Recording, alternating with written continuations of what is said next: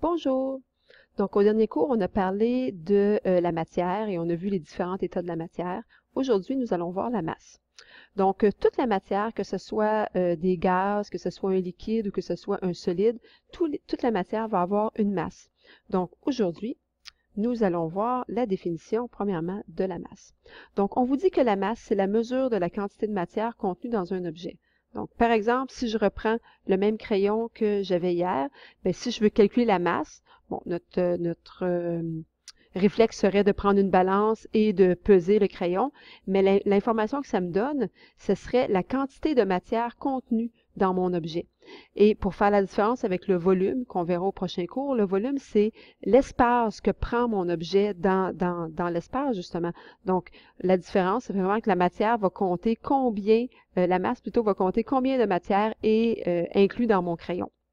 Donc, si on commence, on vous dit d'abord que l'unité de mesure de la masse va se calculer en grammes, donc ou en kilogrammes ou en milligrammes. Donc, je viens de vous souligner les trois plus connus, mais on verra plus tard en mathématiques qu'il existe effectivement des centigrammes, des décigrammes, décagrammes, hectogrammes. Mais ceux qui vont nous intéresser pour l'instant sont vraiment principalement le milligramme, gramme et kilogramme. J'ai indiqué que nous, la balance à fléau, donc c'est la balance qu'on va utiliser en laboratoire, va calculer une masse qui est en grammes. Donc c'est pour ça que j'ai marqué la petite indication en dessous pour notre balance que nous aurons en classe ensemble. Je baisse un petit peu plus bas. Donc, il est important de bien comprendre que la masse d'un objet n'a rien à voir avec la grosseur de cet objet-là. Donc, de ne pas confondre la masse, finalement, avec le volume. Donc, on vous dit ici que la masse n'est pas toujours liée à la taille d'un objet, donc à sa grosseur, et que des objets qui ont la même taille peuvent avoir des masses différentes. C'est le cas ici de l'exemple en A. Donc, on a deux billes de la même dimension, de la même grosseur, mais il y en a une qui est plus lourde que l'autre. Donc, on pourrait se douter que celle qui est en métal serait plus lourde, tandis que celle qui serait en bois serait moins lourde. Pourquoi? Parce qu'ils ne sont pas faits de la même matière. Donc, dépendant de la matière qui constitue mon crayon, mon crayon par exemple, donc celui-ci, il est en plastique, mais si j'avais un contour, une enveloppe qui serait complètement en métal, bien, je pourrais penser que mon crayon serait plus lourd. Donc, dépendant quel est le matériau, ça va avoir une influence sur la masse de l'objet. Donc, c'est de faire attention à la différence justement entre la masse et le volume. Donc, on vous dit ici que ça va dépendre de la nature de la substance, donc de quoi l'objet est fait. Deuxième exemple qu'on vous montre en B, on a un objet plus petit et on a un objet plus gros. Et pourtant, c'est l'objet qui est plus petit qui est le plus lourd, parce qu'on peut s'imaginer que mon coussin ou mon oreiller est rempli de plumes ou de quelconque matière, mais c'est une matière qui est moins dense, donc qui est moins lourde. Donc, même si ma bille est plus petite, elle sera plus lourde que mon objet qui est plus volumineux. On s'en va ensuite à la page 100. Donc, à la page 100, on va nous parler de la différence entre la masse et le poids. Bon, d'un côté commun, donc quand on parle couramment là, dans notre langage, on va utiliser la masse et le poids comme étant des synonymes. Donc, on va dire combien est-ce que tu pèses, mon poids est de 60 kg. Donc, habituellement, dans le fond, on serait supposé utiliser le vrai mot, ce serait plutôt la masse. Donc, quand on se pèse, quand on prend la masse de quand on prend la masse de quelque chose, notre résultat sera en kilogrammes ou en grammes qu'on a vu, comme on a vu tantôt. Alors, à ce moment-là, on pourrait se demander qu'est-ce que le poids? Donc, tout d'abord ici, donc juste souligner que la masse et le poids, c'est dans le langage courant, on les désigne comme étant la même chose, mais qu'en science, c'est complètement différent.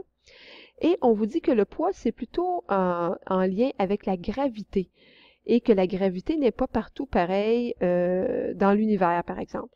Donc, si je prends le poids d'un objet sur la Terre et que je prends le poids d'un objet sur la Lune, je n'aurai pas la même mesure.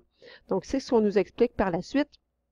Donc, on vous dit que le poids d'un objet correspond à la force de gravité exercée par le corps, sur le corps plutôt par une planète, par exemple, dont la Terre, dont la Lune, et que des objets, donc le même objet, si je prenais sa masse sur la Terre et sur la Lune, ça serait la même chose. Donc, on se souvient que la masse, c'est la quantité de matière dans mon objet.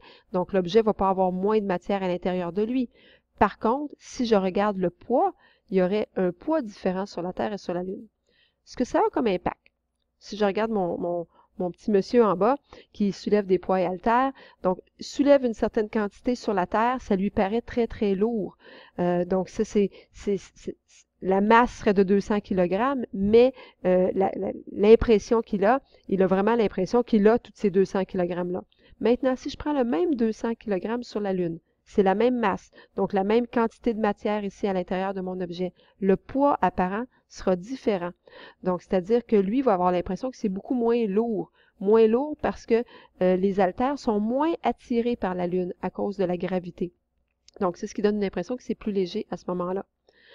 On vous dit aussi que le poids est calculé en newton. Donc, la masse est calculée en grammes, kilogrammes. Le poids, lui, est calculé en newton.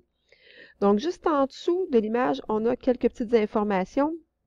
Je vais souligner ici que la masse des haltères est identique, mais le poids est plus faible. Puis j'ai ajouté une petite explication par la suite. Donc, sur la Lune, égale 6 fois moins lourd. Donc, on va avoir l'impression que c'est 6 fois moins pesant que ce l'était sur la Terre. Pourquoi? Parce que la gravité de la Lune est le 1/6e de celle sur la Terre. Donc, c'est ce qu'on avait décrit ici. Donc, tu souligneras ici, la masse des haltères est identique, mais le poids est plus faible. Et rajoute que sur la Lune, c'est 6 fois moins lourd, étant donné qu'on a le 1/6e de la gravité qu'on a sur la Terre. On continue. On n'a pas parlé encore de la masse des gaz. Et oui, les gaz vont avoir une masse, parce que dans le fond, les gaz, ce sont de la matière. Les gaz sont faits de molécules, donc ils vont avoir aussi une masse.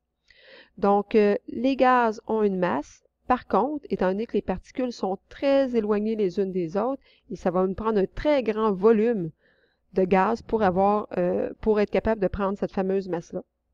Donc, l'air que l'on respire, si on la mettait par exemple dans un ballon ou dans une balloune, on pourrait aller peser ce ballon-là pour avoir la masse du gaz qui est contenu à l'intérieur. Donc, j'ai ajouté ici, les gaz sont composés de molécules. Les molécules, c'est fait d'atomes et tout ce qui est de la matière a une masse. Donc, automatiquement, les gaz ont une masse. On termine maintenant avec la page 101.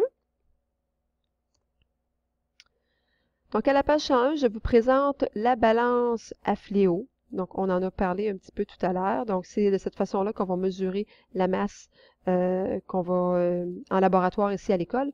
Donc, cette fameuse balance-là s'appelle la balance à fléau. Qu'est-ce qu'un fléau? Si tu vois ici, là, dans les différentes parties de la balance, donc le fléau, c'est une espèce de bras qui va venir bouger. Donc, quand on va mettre un poids sur la balance, donc ce fléau-là va incliner d'un côté ou de l'autre. Donc, c'est en ajustant les curseurs ici qu'on va pouvoir trouver exactement la masse de notre balance.